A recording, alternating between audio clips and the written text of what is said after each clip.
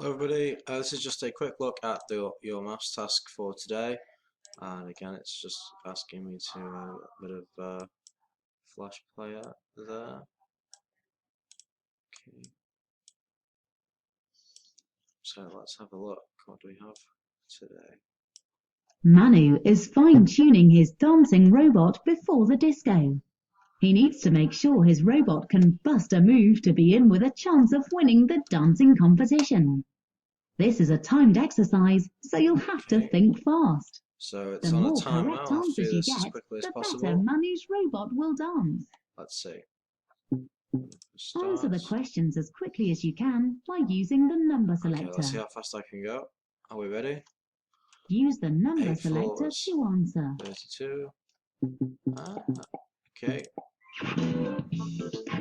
This is a pretty easy one today, guys. It's just times tables. Okay, so I'm gonna finish that now. I think you can all do that. But let's see who can get the fastest time. And once you've done that, you've got a pretty straightforward thing to do here.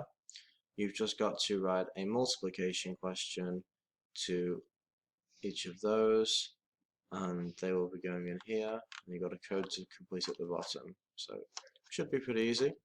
Hope it will be fun.